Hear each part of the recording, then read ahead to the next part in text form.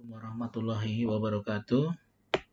Pada sesi 6 pagi hari ini kita akan membahas tentang peran lembaga penegak hukum atau lembaga peradilan di Indonesia.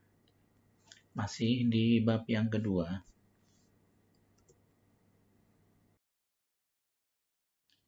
Bahwa kita ketahui bersama di Indonesia ada beberapa lembaga penegak hukum yang masing-masing lembaga penegak hukum bekerja saling terkait satu sama lain. Yang pertama, ini sekali lagi sudah beberapa kali Bapak sampaikan pada materi-materi sebelumnya. Mungkin untuk lebih memperjelas lagi pada materi pertemuan sebelumnya. Yang pertama adalah peran dari kepolisian atau Polisi Republik Indonesia. Kemudian peran dari Kejaksaan Republik Indonesia. Peran dari kehakiman atau hakim sebagai pelaksana kehakiman di Indonesia. Peran dari pengacara atau advokat, dan peran dari Komisi Pemberantasan Korupsi.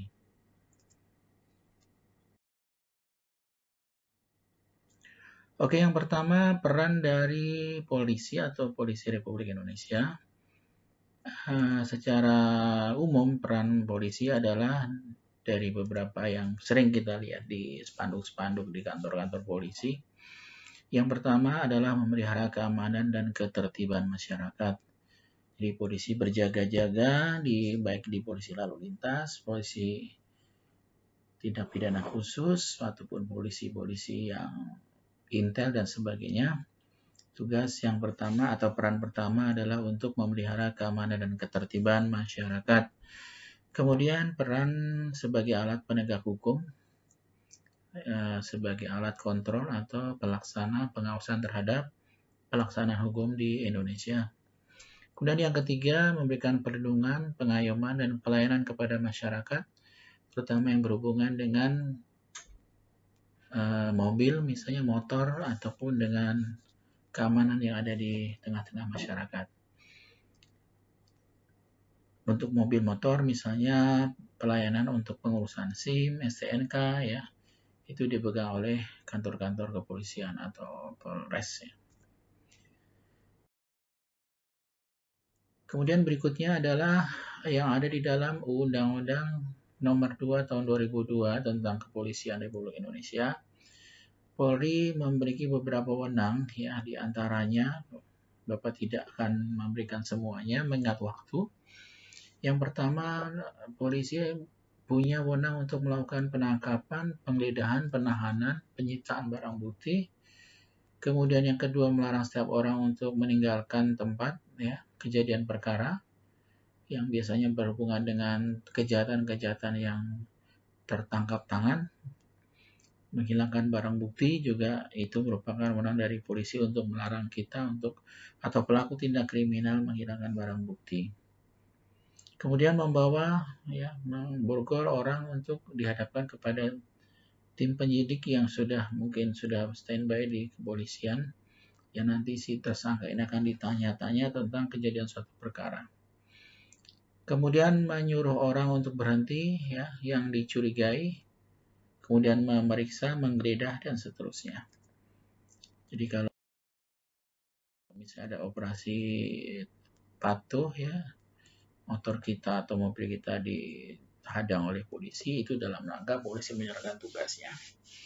Penyitaan beberapa surat atau barang-barang berharga lainnya, kemudian mendatangkan tim ahli, mengadakan penghentian penyidikan, dan seterusnya.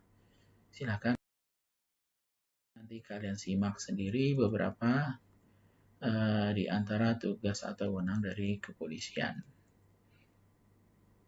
Oke, berikutnya aparat penegak hukum yang kedua adalah lembaga kejaksaan, ya, peran sebagai lembaga penegak hukum yang paling utama yaitu melaksanakan kekuasaan negara di bidang penuntutan, ya, baik itu penuntutan merupakan terhadap tindak pidana, ya, maupun penuntutan juga terhadap tindak kejahatan yang lain, ya, seperti tadi Bapak sudah sebutkan, ya, jampitsus, pidana khusus, ya, seperti korupsi. Kemudian penuntutan itu merupakan tindakan jaksa untuk melimpahkan perkara pidana ataupun perdata ke pengadilan negeri yang berwenang dalam hal menurut cara yang diatur di dalam undang-undang. Jadi berkas perkara yang diberikan oleh kepolisian kemudian diserahkan kepada kejaksaan untuk dibuatkan surat penuntutan. Dan syarat-syarat orang bisa diajukan surat penuntutan ke kejaksaan, barang buktinya sudah cukup, ya ada beberapa barang bukti, minimal ada 2 barang bukti. Kemudian juga tersangka itu atau yang diserahkan oleh kepolisian kepada kejaksaan harus memenuhi unsur adanya pelanggaran hukum atau pelanggaran pasal-pasal hukum, ya. Misalnya pelanggaran hukum pidana. Kemudian Kejaksaan RI itu diatur dalam Undang-Undang Nomor 16 Tahun 2004. Ya, seperti yang Bapak sampaikan tadi, tugas atau peran yang paling pokok adalah melakukan penuntutan, kemudian melakukan proses persidangan, penegakan hukum, ya pemberantasan korupsi dan seterusnya.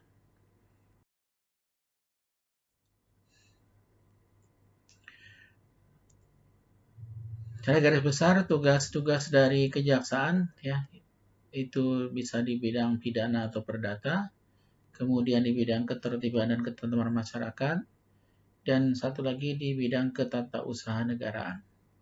Jadi bidang pidana, perdata, tata usaha negara, atau di bidang ketertiban dan ketentraman, misalnya memberikan bimbingan atau penyuluhan hukum kepada masyarakat.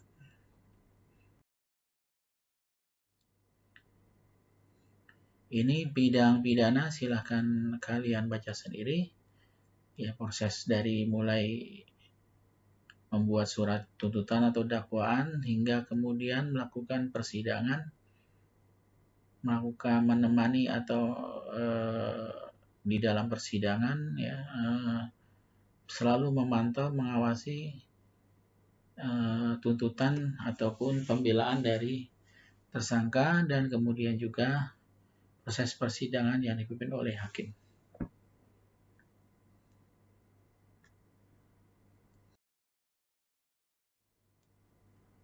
Tadi sahabat sebutkan di bidang ketertiban umum dan ketatausahaan negara merupakan tugas-tugas yang tugas-tugas yang juga dilakukan oleh kejaksaan atau seorang jaksa.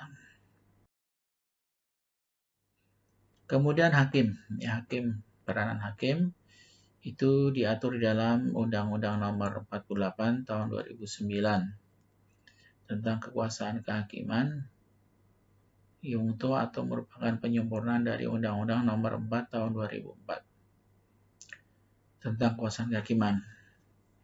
Berdasarkan kekuasaan tersebut, kekuasaan kehakiman di Indonesia dilaksanakan oleh Mahkamah Agung. Jadi kekuasaan kehakiman tertinggi ada di tangan Mahkamah Agung atau Hakim Agung, gitu ya. Kemudian di bawah Mahkamah Agung itu ada beberapa peradilan atau lembaga kehakiman. Ada 2 ya, peradilan umum dan peradilan khusus. Untuk peradilan khusus ini meliputi peradilan agama, peradilan militer, dan peradilan tata usaha negara. Dan satu lagi ada yang disebut dengan Mahkamah Konstitusi.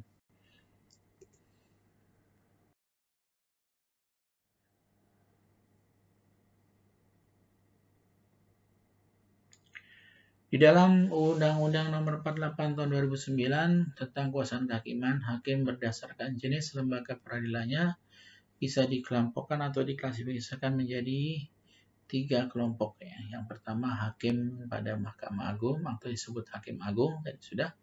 Kemudian yang kedua hakim pada peradilan yang berada di bawah Mahkamah Agung, ya. Tadi sudah Pak sampaikan, ada peradilan umum dan peradilan khusus.